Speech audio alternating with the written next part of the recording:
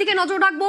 মুখ্যমন্ত্রীর পরামর্শদাতা সুব্রত গুপ্ত, আমরা জানি নির্বাচনে স্পেশাল অবজারভার ছিলেন সুব্রত গুপ্ত, এবং সেই সুব্রত গুপ্ত এখন মুখ্যমন্ত্রীর পরামর্শদাতা।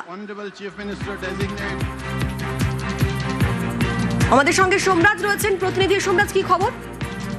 দেখো, মুখ্যমন্ত্রীর পরামর্শদাতা বা অ্যাডভাইজার হিসেবে নিয়োগ করা হলো রাজ্যের প্রাক্তন অফিসার সুব্রত গুপ্তকে।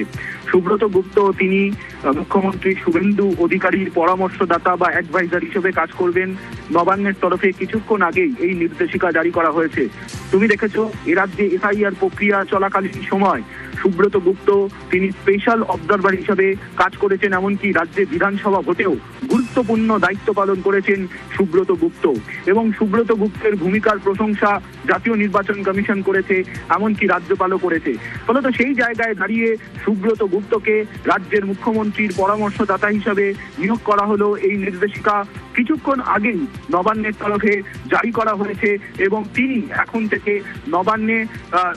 আপাতত নবান্নে তিনি কাজ করবেন এবং মুখ্যমন্ত্রীর পরামর্শদাতা হিসাবে কাজ করবেন। অর্থাৎ বিভিন্ন কাজের ক্ষেত্রে তিনি মুখ্যমন্ত্রীকে পরামর্শ দেবেন।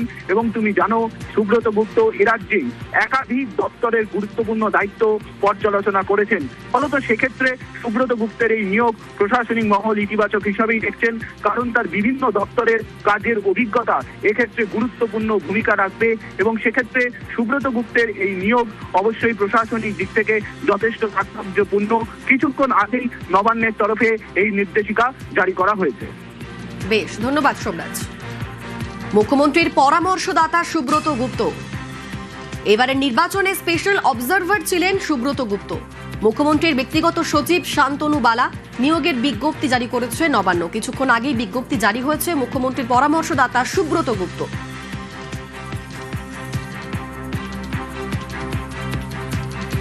মুখ্যমন্ত্রীর পরামর্শদাতা সুব্রত গুপ্ত, এবারের নির্বাচনে স্পেশাল অবজারভার ছিলেন সুব্রত গুপ্ত। সেই সুব্রত গুপ্ত এখন মুখ্যমন্ত্রীর পরামর্শদাতা।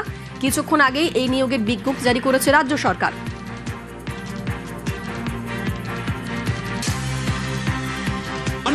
बधाई, पश्चिम बंगाल के लोगों को बधाई। अच्छा होगा, लोगों का निर्णय है ये, अच्छा ही होगा।